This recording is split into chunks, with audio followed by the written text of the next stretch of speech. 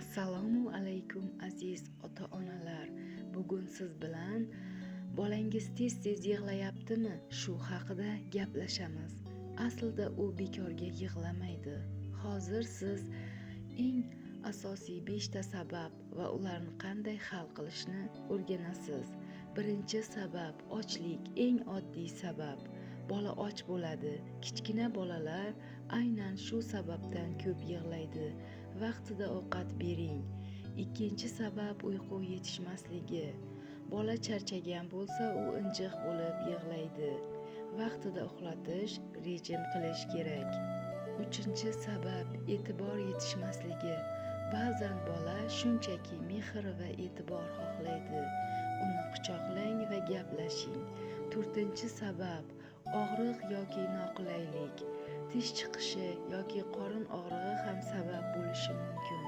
Tekshirib ko'ring, kerak bo'lsa shifokorga murojaat qiling.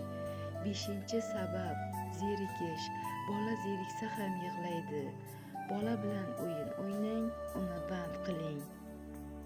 Shuni esda tuting, bola yig'lasa, bu uning siz bilan gaplashish usuli.